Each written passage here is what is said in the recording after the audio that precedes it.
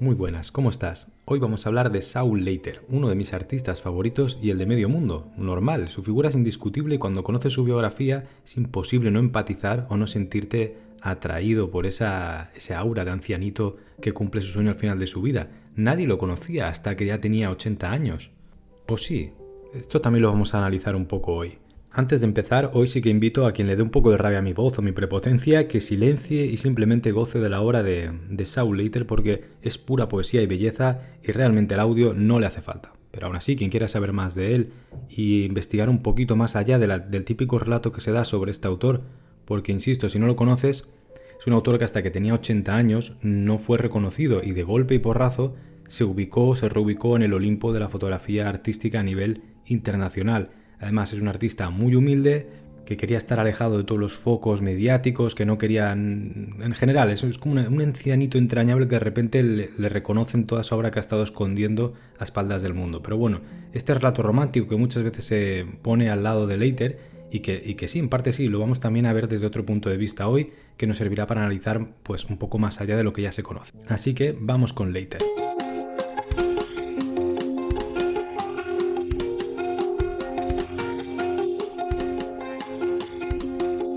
Leiter fue principalmente un artista que había pasado desapercibido. No es que no estuviese reconocido, porque luego veremos las amistades que tenía y es joder, ¿sabes?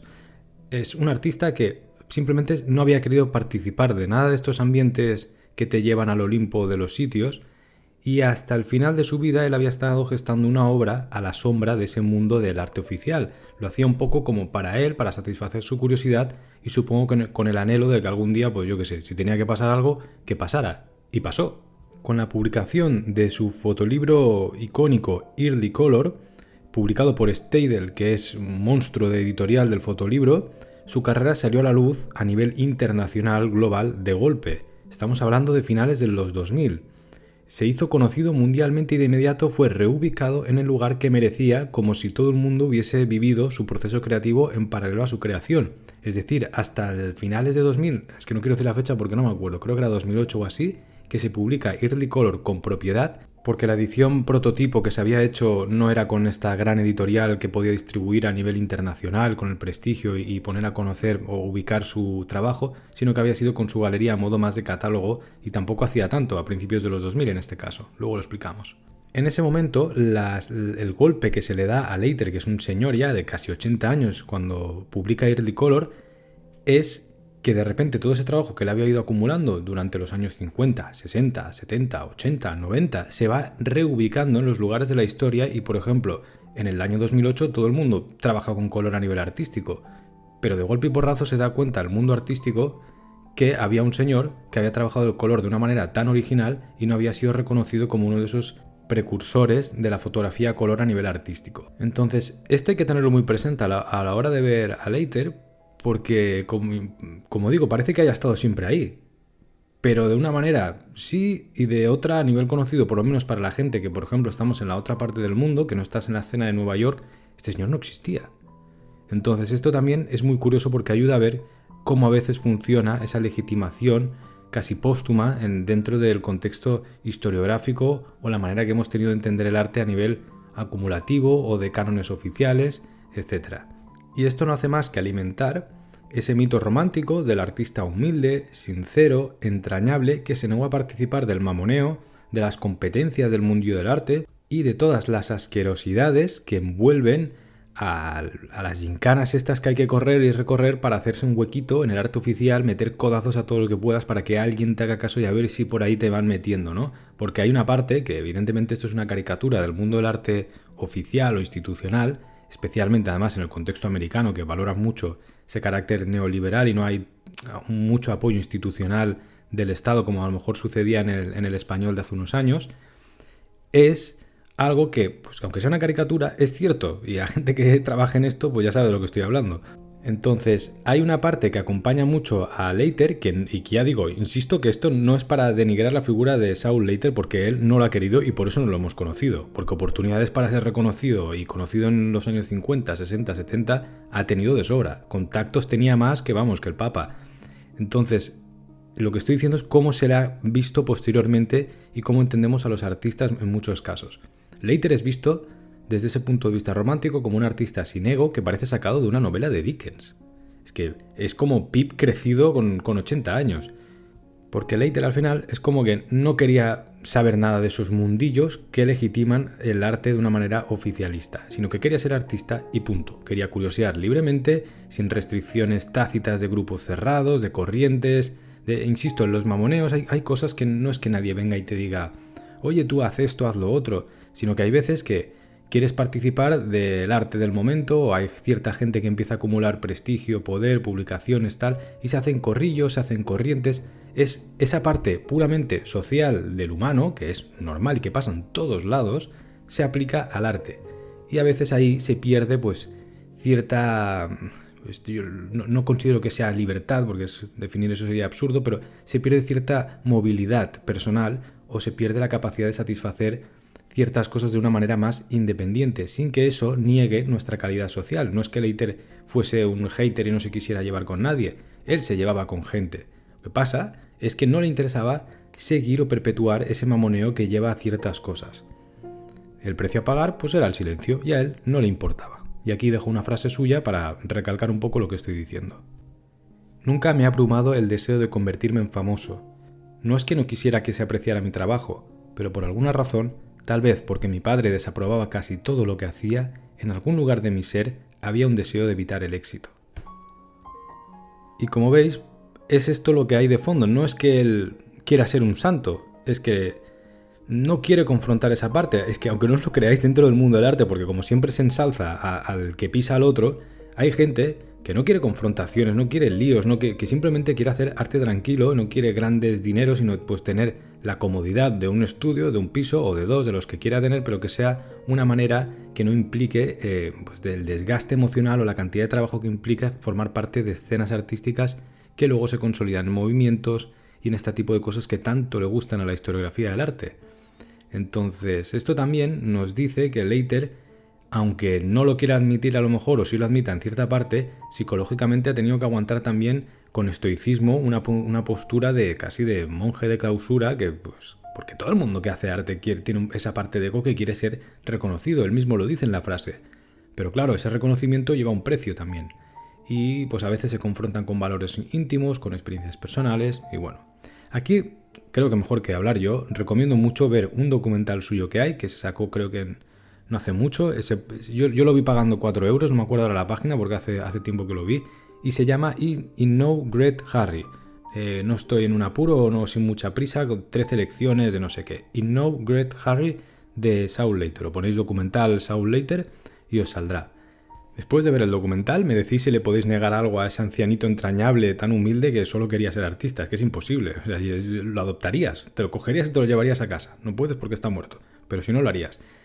Entonces, de aquí quería llegar al punto de que no hay que engañarse, porque a veces se da la sensación con Leiter, cuando se habla de su biografía o de su vida, de ese carácter tan de éxito final, de estoicismo, de aguante, con contradicciones dentro del mundo del arte. No es una excepción siquiera.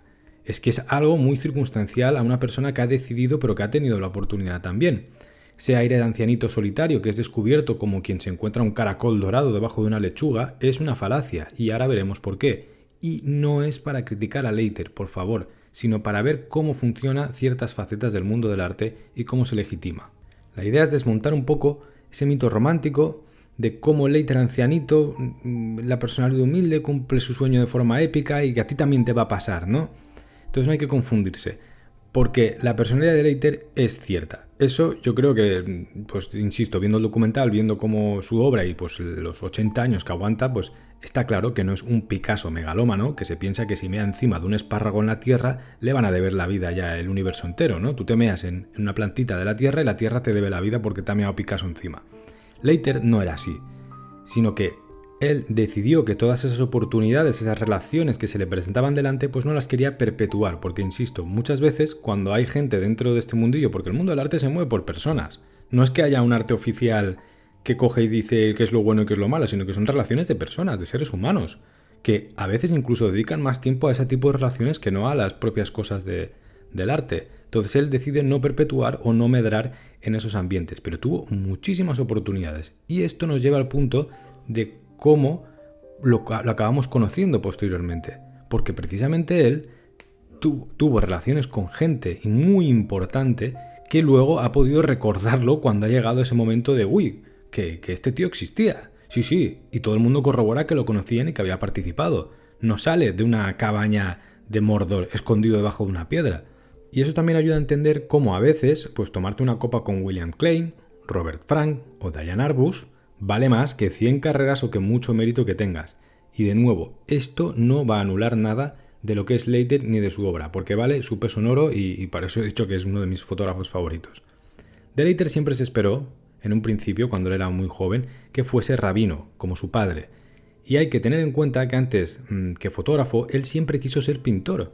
Él estuvo muy metido en la pintura y en concreto en ese momento de los años 40, 50, donde el expresionismo abstracto, como hemos visto en otros vídeos de este canal, era lo más de lo más en Estados Unidos. Y era una forma liberadora de entender el arte. Veníamos de las vanguardias se habían agarrado a una especie de peso político, pragmático muy fuerte, con unos sueños inalcanzables, que se habían politizado tanto que con el arte abstracto se decidió darle una libertad que además, imagínate, en los años 40 es mucho más novedoso. Y estamos en concreto hablando de ese expresionismo abstracto norteamericano que no es la abstracción europea tipo Kandinsky, Bauhaus, que estaba muy reglada, muy racionalizada, muy estudiada. Ahí tenemos de lo espiritual en el arte y punto y línea de sobreplano, para entender lo que estamos aquí, la diferenciación. Y era un momento también que hay que entender el contexto. Ya haremos un vídeo aparte para entenderlo mejor, pero nos ubicamos por aquí. Pero con lo que nos tenemos que quedar es que Leiter era pintor. Antes que nada, era pintor. Y después le entremezclaba o no entendía de categorías especializadas. Le llegó la cámara a base, bueno, ahora lo explicaré, le llega la cámara a su mano y a partir de ahí pues él decide que pues por ahí puede seguir mejor sus ideas. Pero esto de las especialidades, de cerrar el arte en categorías que apenas se pueden interconectar de forma orgánica, es un cáncer artístico que es más propio de otras disciplinas dedicadas a la disección póstuma de la estética que del propio arte y de su verdadera práctica. Porque muchas veces este tipo de clasificaciones, de divisiones, ayudan mucho a entender un pasado a la manera que tenemos nosotros de entender ese pasado. Pero, y ya lo veis en el mundo actual cómo van las cosas, no se puede aceptar esto para entender mejor el arte con los tiempos que corren. Y si aceptamos a Leiter como un pintor al cual le está dando igual pues andar con un pincel que con una cámara, vamos a entender su obra muchísimo mejor. De hecho, Leiter es famoso por retratar la ciudad de Nueva York, pero Saul no era de Nueva York, era de Pittsburgh. Y se mudó en 1946 a la Gran Manzana huyendo de la presión familiar, hemos contado que querían que él fuese rabino como su padre, para dedicarse por completo a la pintura artística.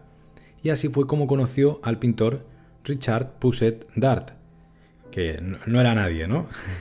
Quien se convirtió en su maestro por un tiempo. Pousset Dart era un muy importante pintor expresionista abstracto de la escena neoyorquina de esos años 40, 50, y cuyas obras sirvieron de referencia, literalmente de referencia o casi de calco, para Pollock o Gorky, del cual tenemos, por cierto, un documental en este canal, que si quieres ver, a ver si me acuerdo, lo dejaré por aquí. Luego, posteriormente, no ha pasado como un gran nombre de la historia del arte, pero en ese contexto, en ese momento, era muy importante. Y de hecho, aunque Leiter ya tenía una relación con la fotografía, porque en su primer bar mitzvah, cuando su madre le regala una cámara de Trolla es una marca, no es que sea de Trolla, él ya había experimentado con la fotografía de una manera pues, más amateur, no tan profesional, y el arte, o la pintura en este caso, él sí que la tenía como una intención de profesionalizar, de participar directamente y convertirse en profesional y vivir del arte. ¿Qué pasa? Pues él está como de discípulo más o menos de Pousset Dart y conoce a Eugene Smith. Se lo presenta a Pousset Dart, le presenta a Leiter a Eugene Smith. Eugene era un conocido, muy conocido fotógrafo de la escena periodística de Nueva York y colaboraba con revistas como pues, la publicación Life, que era súper importante en ese momento y aún a día de hoy dices la revista Life y te suena seguro. Hizo reportajes para la Segunda Guerra Mundial o contextualizados en la Segunda Guerra Mundial que también se hicieron muy conocidos y acabó en los años 50 en la archifamosísima agencia Magnum, de la cual ya hemos hablado en el vídeo de Kudelka. Eugene ahí le presenta, le insiste mucho a Leiter que se dedique a la fotografía, le va como seduciendo porque considera que, pues yo qué sé, pues le caería bien y querría tener ahí otro discípulo, igual que Pousset Dart, porque yo imagino que pues, por la personalidad que tiene Leiter es alguien que realmente le coges cariño. Entonces Eugene ahí le empieza a presentar artistas que ya empiezan a tener mucho bombo en ese momento, como Diane Arbus, Robert Frank o William Klein. O sea, decir estos 3 nombres que los conozcas, esto es ya está, con eso tienes la fotografía del siglo XX en Estados Unidos prácticamente. Entonces lo mejor de su tiempo, lo que en un futuro se conocería como la Escuela de Nueva York. ¿Veis lo que digo? Estas cosas a veces no se acaban de explicar y uno piensa que Leiter pues estaba pues cogiendo caracoles en el campo y nació de la nada y... No, sin este tipo de cosas, muchas veces, aunque hayas permanecido o te hayas querido esconder o te den igual ciertas cosas, el mundo del arte oficial luego no te reconoce. Pero claro, estamos hablando de esos años 40-50 en el cual él ya participa directamente, aunque no quisiera, ya queda en la historia, ¿no? Ya queda en el recuerdo, ya queda en las anécdotas. Ha conocido a Arbus, a Frank, a Klein o al propio Eugene Smith, que es que era muy famoso, y Pousset Dart también. O sea, aquí está recorriendo, ¿no?, ciertas tramas de la historia del arte estadounidense de ese momento. Y Leiter estaba ahí en medio, en el Rovellet de Lowe. Además de esta relación con la pintura en el propio génesis del artista, que es indiscutible, también vemos que sus inspiraciones o sus referencias mentales tienen más que ver con la pintura que con la fotografía del momento. Él conocía a esta gente y se iba empapando de qué pasaba, pero lo que le inspiraba o donde él acudía como a rebuscar un poquito de ideas siempre era la pintura. Le apasionaba, por ejemplo, Vuillard. Le flipaba la figura de Vuillard porque él se consideraba que él también trabajaba desde esa intimidad. Vuillard trabajaba desde el taller de su madre, creo, ahí encerradito, y generaba ese mundo que a él tanto le apasionaba, y él consideraba pues que él hacía lo mismo, que él no necesitaba más, que con darse una vuelta por su barrio él ya tenía el mundo entero y tenía esa referencia. Le gustaba Rothko, le gustaba lo mundano, digamos. Podemos encontrar más similitudes incluso con la filosofía del arte oriental, con la caligrafía, con los planos, con la concepción de la luz en su obra, que con el propio contexto norteamericano que imperaba en su generación. Pero claro, insisto, no olvidemos que sí que formó parte indirectamente, aunque él no quisiera, estaba ahí. Esto no lo puedes quitar, si no, no lo conocería la gente. Y bien, pues hecha una pequeña introducción de su biografía y de dónde sale Leiter, vamos a hablar un poco de su equipo, de su técnica, de sus imágenes, y a través de esta investigación, a través de sus técnicas, vamos a descubrir también más cosas sobre su biografía.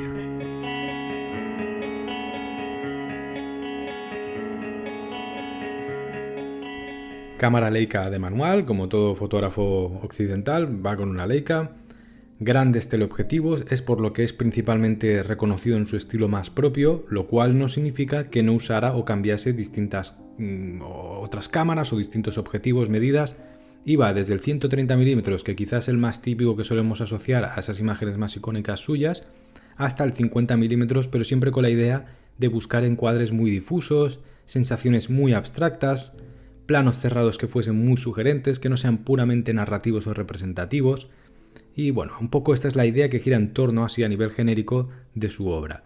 El 99% de los fotógrafos que se echaban a la calle en esos tiempos lo hacían con grandes angulares, porque la idea era poder captar la sensación de un viandante que está por la calle. Nunca a nadie, o prácticamente a nadie que podamos reconocer o que tengamos estudiado de ese tiempo, se le ocurrió un uso tan intensivo del teleobjetivo en plena calle. Es que no tiene, imagínate. O sea, el fotógrafo de calle, mal llamado de calle porque es que odio esa palabra, pero es para ubicarnos, que tenemos en mente, pues va con esa Leica, con una cámara más compacta, y la lleva pegada al cuerpo con objetivos de 50, a lo mejor de 28 grandes angulares, que se pueda ver un poco todo lo que pasa alrededor y pueda introducirse dentro de esas grandes manzanas, ¿no?, de Nueva York que están atiborradas de gente. No puedes ir con una pistola ahí, imagínate, con un teleobjetivo de esos que es que se lo metes en la cara de la peña.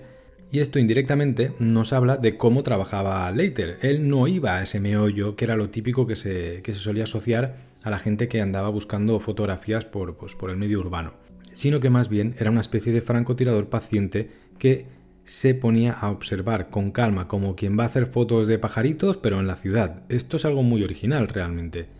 En cuanto al equipo de películas y de carretes, solía utilizar el Kodachrome, que si se conserva bien además, tiene una capacidad para resistir el paso del tiempo con los colores bien fijados correctamente muy muy grande. Eran la mayoría, en general, los Kodachrome, y luego también había utilizado Ektachrome y el Anscochrome, en los años 50 sobre todo, este último carrete. Casi nunca retocaba las fotos durante el revelado porque era muy purista en eso de dejar pues que la fotografía fuese tal cual se había tomado. Y por cierto, aquí como anécdota, las Kodachrome salieron al mercado en 1936 y aunque no era la primera película fotográfica en color, sí que fue la primera que tuvo una popularidad o un acceso popular muy grande. No hay que olvidar que en esta época, en estos tiempos que hablamos de los años 40, 50 y posteriores, el color en la fotografía era considerada una cosa de aficionados, de gente curiosa, para que hagas fotos a tu familia y digas, mira, mira, color, en un mundo que no es tan normal como en el actual, que veamos esa calidad del color en todas partes. Era para el uso de revistas, para los formatos publicitarios, que lo utilizaban mucho, pero no para la fotografía considerada, entre comillas, artística o seria, porque estamos en otro contexto y ahí sí que se diferenciaba mucho. Y un fotógrafo que no quisiera ser un machaca de publicidad o alguien que está tomando fotos a la cena, tenía que hacerlo en blanco y negro. Pero Saul Leiter no pensaba lo mismo, y toda la obra de Leiter, en realidad, aunque tenga mucho trabajo en blanco y negro, gira en torno al color. De nuevo, él venía de la pintura, a él le daba igual esas tonterías tácitas que se generaban en los mundillos fotográficos. A Leiter le gustaba el color, siempre le gustó, y por eso también es tan importante para la historia de la fotografía. De nuevo, no es que fuese el primero, además ya en el siglo XIX existían métodos para hacer fotografía en color, o sea que no va por ahí. Pero bueno, una frase suya de nuevo para que tenga más sentido. El color es algo que ha sido menospreciado durante toda la historia del arte. Siempre ha habido gente que ha considerado el color como algo superficial. El dibujo era lo importante, la forma era importante, pero el color siempre ha estado bajo sospecha. Esto lo afirmaba Leiter en el 2002 en una entrevista o en una conferencia en el Museo Judío de Nueva York.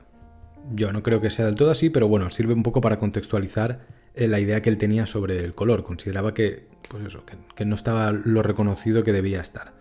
Le gustaba muchísimo también usar películas caducadas porque, bueno, para quien no se dedica a la fotografía, cuando las películas, los carretes caducan o tienen alteraciones térmicas o les pasan cosas, como es algo químico, también altera el resultado final. Un carrete, cuando tiene una marca o tiene unos componentes, se supone que por norma general siempre va a tener un resultado bastante similar o esperado. Cuando una película pues pierde su fecha de caducidad, puede seguir funcionando, pero a lo mejor pues un color te sale más saturado, más distorsionado, se vuelve más monocromático, no se sabe, pasan cosas interesantes que artísticamente pues a la gente que se dedica a esto le ponen cachonda.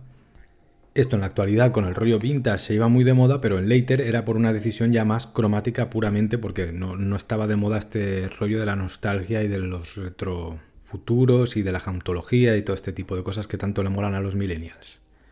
También le gustaba mucho, bueno, no es que le gustara, era su método, era colocar los revelados en diapositivas que enmarcaba en laminitas, a veces de plástico, a veces de metal, y las colocaba dentro de una caja o las ataba con una goma para poder enseñarlas, mostrarlas a los amigos o como un catálogo, o yo qué sé, pues está la típica anécdota que fue a una revista a buscar trabajo y se sacó un paquete de cigarrillos a medio fumar de un bolsillo y 4 fotos, ¿no? Y yo qué sé, bueno, que era una manera que él tenía de transportarlas, de almacenarlas, de poder enseñarlas, y le gustaba mucho. Es algo muy curioso porque no era algo tampoco completamente normal llevarlas así en forma de diapositivas.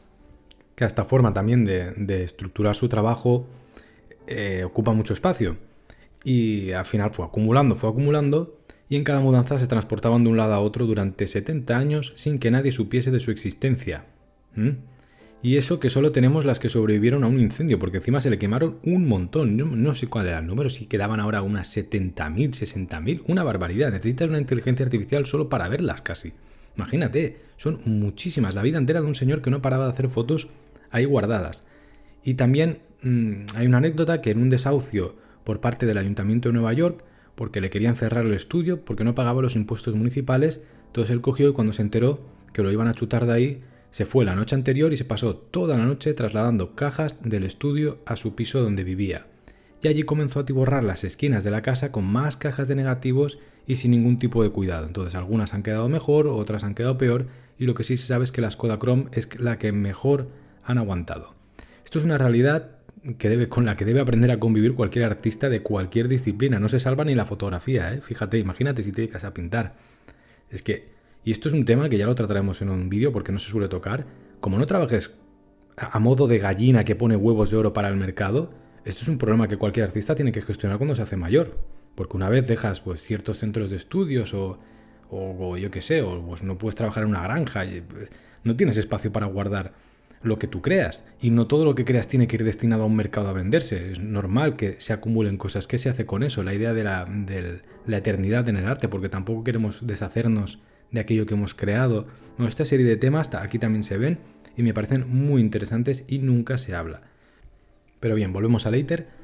A Saúl le encantaba tomar instantáneas a través de los vidrios, de las sombras que no repararías a ver, de ventanas empapadas o ventanas con dibujos arabescos, ventanas labradas, a través del vapor, de los reflejos y otra cantidad de sutilezas que siempre son un poco indirectas y que no conciernen a esa visión objetiva de la realidad que tanto se buscaba en esa época suya, donde el fotoperiodismo tenía mucha fuerza y lo artístico se relacionaba mucho con lo real. Esto también lo hablábamos bastante en el vídeo de historia de la fotografía japonesa, que si estás aquí y te está gustando, pues tienes que ver ya. Digamos que a Leiter no le interesaban las personas de la calle, aunque él fotografiaba en el contexto urbano como un lugar que le gustaba, no era lo que le interesaba la gente, el retrato, la persona. Solo le interesaban en la intimidad. Hay dos Leiters, el que trabaja en la calle al cual la gente como tal no le interesa y el que trabaja en la intimidad en el cual sí que hay una relación con el cuerpo, con el desnudo, con el retrato, pero porque ahí hay una intimidad, hay una conexión y hay algo que decir. En la calle la gente no es gente conocida. Y esto también es muy interesante porque esa especie de borrar a las personas y convertirlas en un entorno urbano que está retratando también son muy interesantes en su trabajo y muy coherente cuando luego lo contrastas con ese Saúl Leiter más íntimo que de repente se convierte en otro fotógrafo.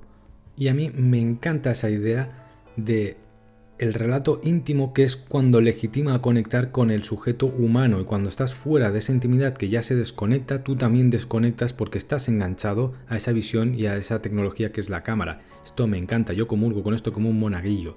Existen tantísimas personas dedicadas a la fotografía, a lo largo y ancho del tiempo y del universo presente, que se obsesionan con el retrato, con el desnudo y lo humano como protagonistas, a modo de puro humanismo antropocentrista, que los acaban convirtiendo en caricaturas, en cuerpos de cera relamidos, casi siempre perfectos o demasiado personificados o caricaturizados en muchas ocasiones, y creo que a veces no somos tan importantes, depende del contexto y del entorno. Se trata de un tema que también ha sido tan explotado que encontrar artistas capaces de contar lo más humano sin necesidad de poner al humano en el puto medio, pues me parece muy sublime. Eso, insisto, no quita que Leiter luego tenga un tratamiento de esos temas que a todo el mundo nos interesan igual, pero siempre y cuando hay una relación de intimidad, y eso se traslada también a la fotografía. Se puede ver como cuando aparece un desnudo, aparece un retrato, aparece algo donde el humano está más cerca de su objetivo, se traslada esa intimidad que es casi real. Aunque luego nos la haya colado, da igual, parece que sí. Y esto, pues si parece que sí, suele ser porque se aproxima más. Con esto no estoy criticando el trabajo de nadie, pero que hay veces que en la fotografía se entiende mal en la relación con lo humano y lo retratado, ¿no? Damos por hecho que es que desnudo, retrato, fotografía, artístico, y viento, ¿no? Y a veces no es bien así. O no hace falta que sea así, ¿no? Con esto me refiero a que hay veces que cosas que no daríamos por hecho pues pueden ser más interesantes para hablar de lo mismo. Pero bueno, no me lío más. Las fotografías que nos dejó evocan siempre una poética excepcional, universal e indiscutible. No conozco a nadie que no te pueda decir que no le gustan las fotos de Leiter. Esto es muy difícil. Emanan además una serenidad que es pasmosa, a la vez que tienen la fuerza de un sabio. Esa calma, esa especie de belleza delicada de sus imágenes cobran el doble de potencia cuando descubrimos que son tomadas en las calles de Manhattan. Es que probablemente Nueva York sea la ciudad menos calmada del mundo. Para mí, la sabiduría es una cualidad que siempre emana de la serenidad y de la calma.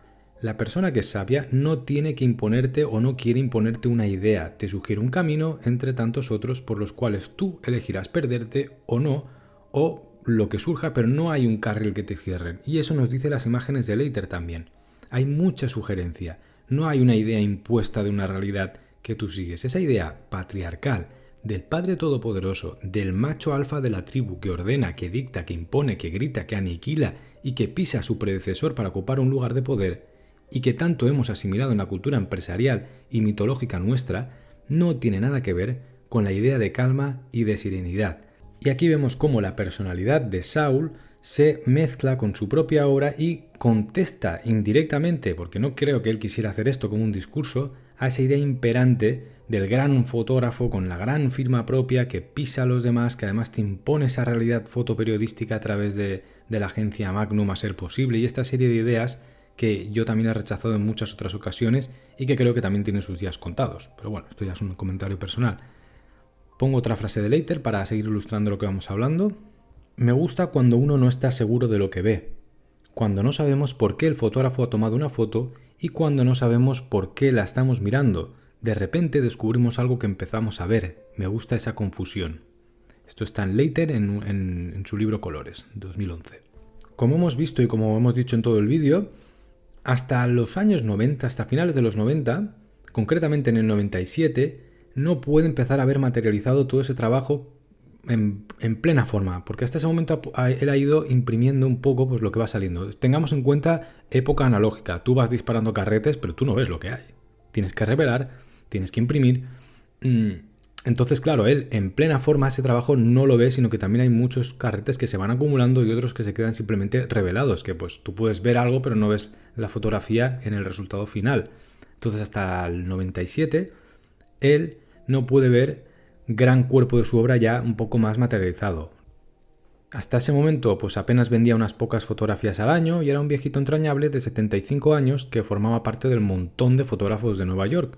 Es a partir de una exposición con la galería Howard Greenberg que edita su famoso Early Color que hemos mencionado al principio. Pero ojo, esta edición, Early Color es un mito del fotolibro y de la fotografía.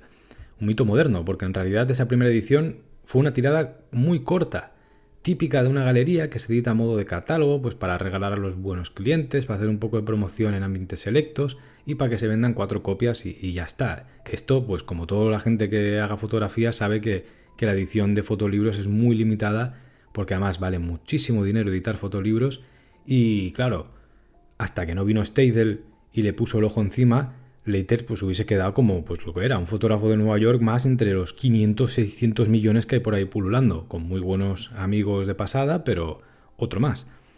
Pasaron 8 años después de este primer Early Color y ahí es cuando Steidl en el 2006 decide distribuirlo y editarlo ya en condiciones. 8 años más, cuando ya era un anciano en el momento en el cual hace el primer Early Color que puede ver ya su trabajo bien condensado en un libro. Ese es un momento decisivo en la carrera de Leiter. Y es cuando realmente ya se convierte en este mito moderno. Y ya siendo el ancianito octogenario que publica Early Color con Steidl, dijo que aunque ese fuese el único libro que publicase, para él sería suficiente. Y vaya, así lo fue. Durante esas mismas fechas, ya pone fin a la fotografía analógica, estamos hablando del momento en el cual irrumpe el formato digital, y él empieza ya a ser reconocido y Olympus, la marca Olympus, le regala una reflex digital con la que empezó pues a ir bien, vendía más fotografías y lo que decide es comprarse una cámara compacta digital que pueda llevar a todas partes. Esto también es muy curioso, ¿no? Alguien que ha estado trabajando tanto tiempo con equipo pesado, con pues, grandes teles, de repente ve lo digital y dice, yo quiero ahora lo más fácil, ¿no? Meterme en un bolsillo, tengo esta oportunidad y las puedo ver al momento. De repente vemos a este señor que toda la vida ha estado trabajando sin poder ver su trabajo prácticamente y ahora pues está obsesionado con disparar y ver sus fotos cuando en la pantallita. También es gracioso. Cuando falleció con 89 años, en el año 2013, se encontraba en plena organización junto a sus galeristas de un archivo inmenso que se había ido acumulando durante toda la vida. Esto quiere decir que aún nos quedan años por ver fotolibros póstumos de este gran artista, o sea que es una suerte, como un tesoro enterrado, ¿no? Que vamos a ir descubriendo poco a poco. No recuerdo bien, creo, lo he dicho antes, creo que eran 60.000 las diapositivas almacenadas, que no han sido todavía catalogadas. Calcula el tiempo humano que se necesita para ver eso. Leiter, como curiosidad, solía dejar una en cada diapositiva, él almacenaba así su trabajo, alguna anotación breve, una fecha, un comentario, tipo pues demasiado morada. Pues mira, es curioso también ver cómo entendía su trabajo ahí. Y por otra parte también este tema de la publicación póstuma y del archivo de Leiter que se ha reorganizado y se descubre ahora, pues es todo un debate porque ¿cómo se gestiona la edición de la obra de alguien que ya no está vivo? Y si Leiter no hubiese querido ver tanta foto publicada o cuando se escogen no son las que le elegiría, porque un fotógrafo artístico dispara como si tuviese una ametralladora y luego escoge. Esto lo hemos comentado en otros vídeos de fotografía. Lo normal aquí es que tú vas haciendo fotografía, a veces escoges temas concretos, pero con el tiempo se van uniendo ciertos hilos a través de esa biografía fotográfica. Entonces, no todo lo que se dispara es para que esté en un libro, ni muchísimo menos. Vemos la puntita del iceberg, pero ¿quién elige eso? Eso también es una faena muy artística del fotógrafo, y aquí en este caso no va a estar el fotógrafo para cumplir esa faena que forma parte de la práctica artística, y es una parte muy importante, escoger con qué te quedas. Otros ejemplos clásicos o icónicos de esta circunstancia pues son la famosísima Vivian Maier y Winograd, que pues son otros grandes nombres que les ha pasado lo mismo. Entonces, no sé, es un debate interesante. ¿Qué piensas? Si lo quieres escribir en comentarios, lo leo. Hasta se ha reconocido como ese gran artista, claro, Leiter tenía que vivir de algo, y su relación seguía siendo con la fotografía. Entonces él había trabajado mucho tiempo como fotógrafo de moda para revistas como Harper's Bazaar o Elle, entre tantísimas otras, ¿vale? En general, revistas de moda, de sociedad, de estilos de vida. Esto era algo muy normal en la escena fotográfica estadounidense. Y por las mañanas, pues él en el estudio gastaba carretes en blanco y negro para retratar cuerpos idealizados para grandes marcas, y por la tarde salía a la calle con carretes de color para hacer lo que le salía del gorro y no se lo contaba a nadie. Esto también es curioso. Al nombrar ese trabajo de fotógrafo de moda con grandes nombres de revistas, de marcas, ¿no? Al evocar esas revistas de postín, esas marcas con mucho regustillo a lujo, en nuestro mundo actual nos imaginamos al típico fotógrafo flipado que se piensa que es una estrella del rock, que lleva gafitas de sol, que se mete clenchas con las modelos y con los modelos y que dirige la sesión como si fuese el mismísimo Dudamel, mientras 25 becarios corretean como asistentes a su alrededor, que los tiene maltratados, ¿no? Y tiene el perfil con 100.000 seguidores y está petado de fotos ese Instagram, pues con grandes personalidades que ha retratado en Los Ángeles y Nueva York de fiesta. En general, vemos a un tipejo, una tipeja del mundo del lujo. En la época de Leiter esto no era así. Si bien era un oficio que le permitía una existencia modesta y sencilla, y no era un mal trabajo para ser fotógrafo, en absoluto gozaba del prestigio que se le puede llegar a otorgar ahora a alguien que esté metido en ese mundillo. No estoy diciendo que quien trabaje en el mundo de la moda de fotógrafo le vaya bien la vida, pero que en esta caricatura sí que podemos ver que quizá ha cambiado un poco la concepción, y que en ese momento, al final, en los años 50-60, donde el Leiter trabaja en este universo, es un machaca más entre otros miles que pululaban por esos entornos. Y que, bueno, no sé. Aquí te recomiendo ver el documental de Diane Arbus que tengo, que también tiene que ver un poco con esta misma escena. Cuando Leiter salía a la calle, no le gustaba penetrar la ciudad y conquistarla como los grandes detectives de la novela negra, sino que le encantaba el espacio cerrado, las áreas limitadas y conocidas. Le encantaba trabajar con mucha calma desde el propio barrio, no necesitaba más. Y también, para entender que, pues, es desmontar un poco ese mito del gran artista que es el ancianito del kiosco que compra ahí el periódico que nadie conoce, pues a ver, en esta época él se codeaba en los años 50, tenía muy buenos amigos, pues por ejemplo el galerista Angelo Hipólito, dueño de una prominente galería de arte neoyorquina que le dejaba literalmente el trastero o el patio de atrás para que hiciese lo que le diese la gana a Leiter. Y además, como le caía muy bien, pues Angelo le presentaba a todos los artistas emergentes del momento para ver si le ayudaban en la carrera. Luego lo que pasa es que Leiter le daba igual que lo intentasen introducir, y él pues se iba a su bola. Pero ahí oportunidades hubieron. Y además le consiguió una de sus primeras exposiciones así con cuerpo, y le consiguió meter una reseña en revistas de postín como Art News. O sea, a ver, no es un don nadie, no era un don nadie. No está nada mal. O sea, aquí la gente se cortaría un brazo por ver esto, ¿no? Otra cosa es que eso, luego, si no se sigue medrando, no sigue aumentando, ¿no? Pues se queda un poco ahí, y es esa idea de Leiter como desconocido. Pero a ver, desconocido relativamente. Esto es importante, no te va a pasar a ti. Esto es lo que el mensaje final es: no sueñes con Leiter porque no te va a pasar a ti. Y su falta de ambición, ¿no?, realmente lo convierte en un santo, en un mundo que está lleno de demonios que, insisto, venderían a la tía, a la abuela, al padre, al perrito de la casa con tal de que una cucaracha institucional del arte o alguien metido ahí le pidiese un cigarro durante una inauguración, después de meterse unas clenchas. Esto, claro, es la gracia de Leiter. También hay que estudiarlo eso, ¿no? Como el propio Leiter dijo alguna vez, hay algo de noble en no hacer nada. Esto en el fondo nos encanta a la gente, que lo vemos como una referencia, o que nos encanta porque es como decir, hostia, por fin algo de justicia, alguien que no ha querido participar de aquello y que se le reconoce simplemente por el trabajo, ¿no? Pero también hay que ver esa otra parte de, sí, pero estaba ahí, lo metían ahí como podían, y aunque él no quisiera, parece que el mundo conspiraba para que él acabase estudiando allí. Entonces hay que tener cuidado con esto. Bien, y también para desmontar un poco esto de no, nadie lo conocía y en 2006 aparece de la nada. Pues a ver, ya cuando a él es que le empieza a ir un poquito ya que lo van conociendo un pelín, que tiene contactos, pues la marca Ilford, es una marca de material fotográfico súper conocida, en el 93 le pagó un pastón para que pudiese imprimir todo el archivo que almacenaba en color. De nuevo, insisto, es como que el mundo, ¿no? Sus amigos, sus contactos, aunque él pasara de todo, le hacían, oye tío, o sea, mira que tenemos a este amigo que es súper buen fotógrafo, pasa de todo y le acaban consiguiendo cosas, ¿no? Entonces en el 93 la marca Ilford le paga para que pueda imprimir mucho del trabajo que tenía en color. Esa falta de ambición respecto al arte oficial es lo que permite pues ser el fotógrafo más ambicioso del arte para mí. Porque al final no se dedica a ese mamoneo y toma las fotos pensando en lo que a él le interesa, en esa curiosidad artística, que es lo que en parte a veces tendría que ser, porque entonces Slater no está pensando en el fotolibro que voy a hacer porque hay que venderlo, en presentar editoriales centradas en el negocio socio, que solo piensan en determinadas cosas del momento o cosas que se venden, tampoco piensa en retratar lo que está de moda en el momento, ¿no? Esto pasa mucho, pues si vemos que algo está funcionando, indirectamente o inconscientemente tratamos de ir hacia allí porque también queremos vivir del arte, y esto pasa mucho.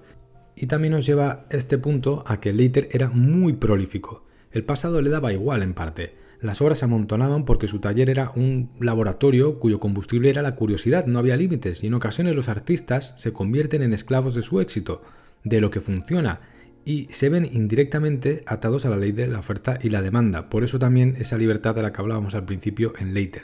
Si te conocen, por ejemplo, por retratar o por pintar caritas de ñu con aerógrafo, ¿vale?, vas a tener que estar un año entero produciendo ñus en la cantidad exacta que el mercado exija. Ni demasiado, porque entonces no valen nada, ni muy poco, porque entonces no hay para satisfacer esa creciente demanda, ¿no?, que te hace estar en el Rovellet de Lobo y que las galerías te quieran, porque si no, no quieren trabajar contigo. Esta es la parte cochina del mundo del arte que también hay que decir. Entonces, claro, de repente no vale pintar cebras ese año, no las puedes enseñar, no pintes cebras, solo ñus. Felicidades, ahora eres un artista de éxito. Y esto, pues aunque sea una caricatura de la realidad, que es mucho más perversa, se mueve un poco pues por esas corrientes que llamamos mercado del arte. Y desde que Internet ha suplantado muchas de las pretensiones intelectuales y aspiracionales del gran arte con mayúsculas, el mercado ha atado en corto al arte, y este ejemplo que relato aquí no es una cosa tan extraña si te quieres dedicar profesionalmente a esto, ¿vale? Y a pesar de no andar muy sobrado de pasta durante su vida, Slater pues se lo montó bastante bien porque en verdad tenía 2 apartamentos dentro del mismo edificio de Nueva York donde vivía, uno como vivienda y otro solo para almacenar la cantidad de material que producía. Pero bueno, esto creo que lo acabaremos tratando en otro vídeo, ¿no? Entonces esto también, pues, si tú conoces a algún artista que no tenga este problema de gestión de almacenar sus mierdas, ¿no?, y vive en un loft minimalista ahí, ¿no?, con una cafetera de diseño, pues no te fíes porque esto es que estás hablando con Lucifer ahí. Y bueno, yo creo que con esto tenemos un retrato bastante completo de lo que es Slater. Lo he comprimido todo lo que he podido porque, vamos, o sea, a veces es difícil de hablar de alguien que te gusta porque quieres decirlo todo, pero también hay que saber callar. Yo en este caso se me da fatal saber callar. Entonces nada, espero que lo hayas disfrutado. Creo que su obra es hermosa, que es preciosista. No le hacía falta tanta verborrea, pero imagino que ahora pues se podrá entender mejor ciertas partes de su trabajo, o al menos eso espero. Y también que sirva como una referencia para ver cómo funciona a veces el mundo del arte y este tipo de investigaciones que van más allá de la pura biografía. Esa es mi intención, que no sea algo divulgativo, documental, así y ya está, sino que sirva como parte de una investigación que se comparte con más gente. Lo he dicho que en otros vídeos, como el de Alan Moore, por ejemplo, que hay mucha gente experta en el tema, pues la gente iba poniendo las notas de lo que le iba apareciendo, o iba comentando como sus propios ensayos o sus cosas, lo ponían en comentarios y se debatía bastante y ha sido muy interesante, la verdad. O sea que si tienes algo que comentar al respecto, pues yo intentaré leerlo, y si no, pues es información que queda aquí y le da como cierta vida al vídeo, ¿no? Por otra parte, también tengo muchas ganas de hablar en los siguientes vídeos sobre arte, internet, memes y todo esto, va a ser muy interesante. Y también en Slater, a nivel personal por lo menos, me gusta aclarar esa idea que a veces he comentado de cómo la inspiración o las referencias de lo que nos gusta debe ser lo contrario a lo que sueles hacer o a la tendencia que sueles ir por afinidad. Yo no uso teleobjetivos, por ejemplo, en mi trabajo fotográfico, es todo lo contrario, me gusta ir con gran angular para forzar meter la nariz en los lugares, las caras si tengo que meter la mano encima, o al contrario, ¿no? Alejarme si quiero aire, en general como fusionarme lo máximo posible con esa cámara. Yo es todo lo contrario a Leiter, o sea, que es como un francotirador silencioso que se esconde ahí durante horas en una cafetería, tranquilo, no puedo con eso, ¿no? Pero me encanta y lo veo como una referencia. Entonces esto invito a todo el mundo que se dedique a la creación a hacerlo, siempre buscar el opuesto, buscar las inspiraciones en lo más contrario que pueda haber, porque lleva a lugares muy interesantes, ¿no? Y también pues invitar a no encerrar o enmarcar, a encasillar a Leiter en una sola disciplina artística, sino verlo como un artista total, aunque pues como pintor no haya destacado mucho, pues claro, pues a mí tampoco es que me apasione su obra como pintor, pero esa manera de entender la obra fotográfica como un pintor sí que me interesa, y eso es lo que importa en Leiter, no el resultado final de sus cuadritos o de sus fotos. Y también, sobre todo, por favor, no lo encasilles en fotógrafo de calle, hashtag fotógrafo de calle. Si alguien te menciona la fotografía de calle como género, le escupes en la cara, porque es que, vamos, también le dedicaré un vídeo. Nada, si has llegado hasta aquí, pues darte mucho las gracias, porque eso es que te ha gustado y has compartido un artista que me encanta. Y también pues que le des like, que siempre funciona, y este tipo de eso, pasar el cepillo digital. Pronto tengo pensado hacer un directo con algunas preguntas que mucha gente me ha contactado para hacer, o de otros vídeos que me han parecido muy interesantes, y también donde comentaré algunas de las últimas lecturas del mes, porque como pues hago muchas otras cosas, a veces no me da tiempo de hacer vídeos más específicos sobre ese tema, y digo, pues haré un directo comentando varios libros y contestando algunas preguntas. Y nada, gracias por llegado hasta aquí, nos vemos en el siguiente vídeo. Ay, sí, me he olvidado, que es que lo he visto hoy en la librería. Yo tengo otros libros de Leiter, pero vamos, o sea, acabaré pillando este también. RM, la editorial RM, que es muy buena de fotografía y de arte, acaba de editar por el centenario de Leiter una edición que, pues, para ser un fotolibro y lo completo que está relativamente bien de precio, creo que sobre los 60 euros, que es un monográfico de Leiter muy guapo, es un librazo muy tocho y vale la pena. Si no, también decir que de Leiter hay cientos de libros desde 10 euros hasta lo que quieras gastarte, o sea que si te mola puedes buscar porque es bastante accesible. Nada, ahora sí, nos vemos.